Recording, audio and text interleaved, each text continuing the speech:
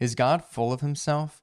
Time and time and again in scriptures, we see him demand a love and allegiance that, if it came from anyone else, we would call them toxic.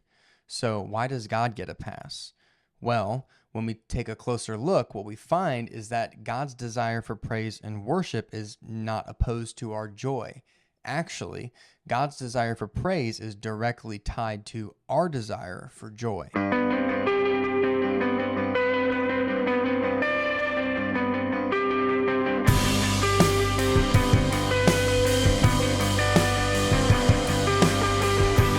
I'm Andy, and this is Wisdom of the Week, where we want to understand the teachings of Jesus at the level we actually live so we can better love him with our whole mind and whole heart. So, why does God need all of this praise and worship? Why can't he just do a thankless job like the rest of us? I mean, I'm a public high school teacher. I know thankless. Well, first, God doesn't require our praise. He wants it. It's not something that if he doesn't have, he's just going to fall apart. It's something he desires, in the same way that you want your friend to watch a movie that you know that they'll love, or the way that you want your family to share in an awesome meal with you or go on an incredible vacation together.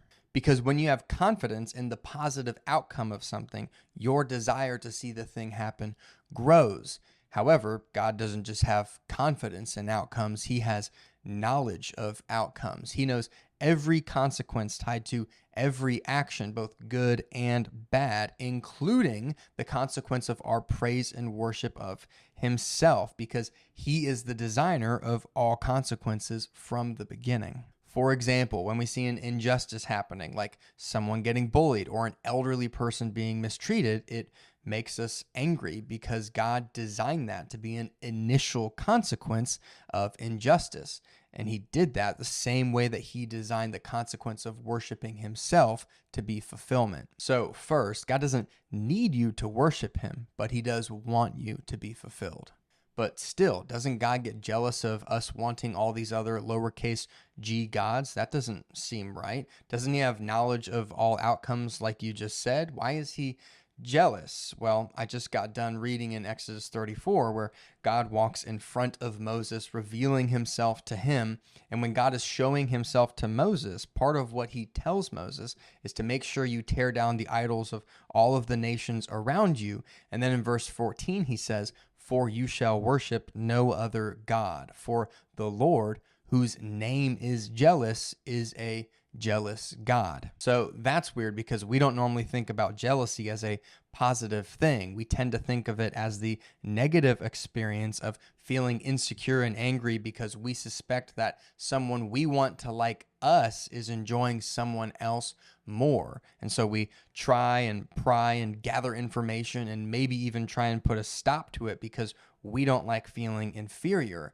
So then we hear this about God and we're like, what's up with that? I didn't realize God was insecure. However, unlike us, God's jealousy comes from a place of total security. I've heard David Platt compare it to dating someone who is beginning to be interested in other people. I remember my own experience of this when I was dating someone in my high school years. We were at a church camp, and I remember seeing her and this other guy across the room and just like welling up with anger, ticked off at the idea that she was wanting to spend more time with him when I was supposed to be her person, but very clearly she wanted to spend time with this other guy. And your insecurity is just through the roof because you're thinking, what does this guy have that I don't have? Or what is in him that isn't in me that she sees? However, when God gets jealous, he doesn't experience it out of any insecurity at all. God knows that when we go to these other gods, like our phone, Netflix, or even good things like our spouse, our children, or our job,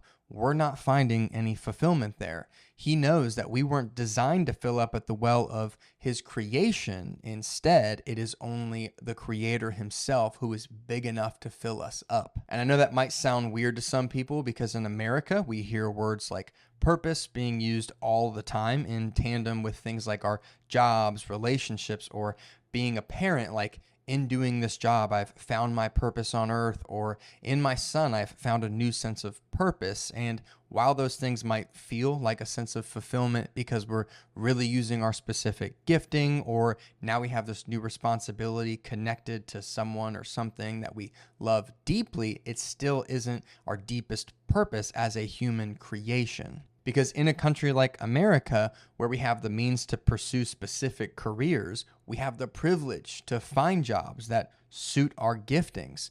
But in a third world country like India, that might not be the case. I mean, can a rickshaw puller or a street food vendor who make a couple dollars a day still find their purpose as a human, or are they just hopeless? Because trust me, sweeping the streets might be the highest job that thousands of people in the world can attain to, and it definitely isn't their whole purpose as a human being. And some people can't even have kids. Are they incapable of fulfilling their purpose as a human being? Definitely not. And Jesus addresses this idea in Matthew 23 when a specific group of the Pharisees called the Sadducees had a question for him about how marriage works once we get to eternity in heaven. They said to imagine that a man had 7 brothers and 1 wife. Now, in Jewish tradition, if a married man dies, it's the duty of his next oldest brother to marry his widow and to continue his family from there. So they're saying, imagine this guy has 7 brothers and he dies, and then his second brother takes over, but then he dies, and the third brother takes over, and so on and so forth, down to the 7th brother. And they ask, once they get to eternity, whose wife will she be? For they all had him. And listen to Jesus' reply. He says, you are wrong because you know neither the scriptures nor the power of God. For in the resurrection, they neither marry nor are given in marriage, but are like angels in heaven. So when we get to heaven, even the most important relationship we get to experience here on earth, that between a husband and a wife, will fade into the background when we get to be with God forever in heaven. Why? Because even bigger than a man's relationship with his wife is his relationship with his creator. We might enjoy God's creation here, yes, but it isn't our end goal. And as I explained in an earlier episode, our purpose as human beings is to bring glory to our creator, God, and we do that by bringing him praise and worship. We lift him the highest when we are enjoying him the most. Think about it. If you go to a restaurant and you had a great time, you're going to tell people about how awesome it was. Or in our relationships, we bring the most glory to our spouses when we speak highly of them, and we are going to speak highly of them when we are enjoying them the most. And when we are most satisfied in God, the message that we're going to preach to the rest of the world is that he is truly satisfying. So in the game of joy, we lose when we make anything other than Jesus the object of our praise and worship. The reality is that we only feel any aversion to God's command that our whole life be about making much of him because we want at least some of our life to be about us. But what we miss is that giving God praise with a pure heart is what brings us the most joy in the end, even though we aren't the ones getting all of the praise. And even though we may feel small, it is our maximum joy. And John Piper has an analogy that beautifully illustrates this in his book, God is the Gospel. He says that no one goes to the Grand Canyon to feel big or important, and yet we all still go there for joy. How does that work? Standing on the overlook of the canyon, taking it all in, we feel so small, and yet we also feel this deep sense of satisfaction. And it is the same as true of looking up at the stars at night or standing on the beach looking at the entire ocean. It makes us feel so small, and yet it brings us joy. The reality is that God built in us this design feature to give us a hint at our purpose, and that is to bring God glory by worshiping him forever. So if you've ever thought that God's desire for praise was about his ego or was kind of demanding, you've missed the point entirely. The amount that you can genuinely praise God is actually tied to the amount of joy that you are capable of experiencing in this lifetime. So now your goal isn't just to try and do more Christian things like going to church every Sunday or reading your Bible every morning. They're good things, but they need to exist on a path that ultimately is headed towards the experience of joy in God. And now the goal of your whole life gets to be your own joy, but only when you know that your joy is most fulfilled in being filled with wonder at our Creator. Pursuing authentic worship of God through Jesus is the same thing as pursuing satisfaction for yourself. So, is God self-centered? Well, in a way, yes, but the good news is that his self-centeredness is for our own good and joy. God is love.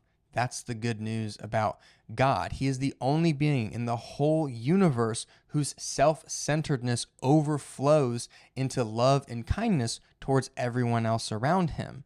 His self-centeredness is love, while our self-love only ends in our attempt to better our circumstances at everyone else's expense and actually becomes the mistreatment of all of the people around us. God's self-centeredness actually becomes generosity, while our self-centeredness only becomes greed.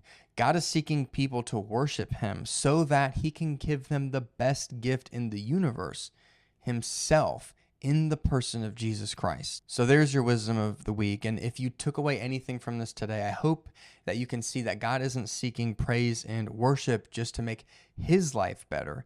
He wants the best quality of life possible for you. And he knows that the best quality of life is only found in enjoyment of himself. If you're hearing this for the first time, that you get to pursue your own joy through your pursuit of enjoying God, then I would direct you to further readings from John Piper over at desiringgod.org. He calls the idea Christian hedonism, and I've learned a lot from it just from reading free PDFs and articles on that website. If this was helpful, feel free to like, subscribe, or leave a review so that more people can join in on the conversation. Adios, and see you next time.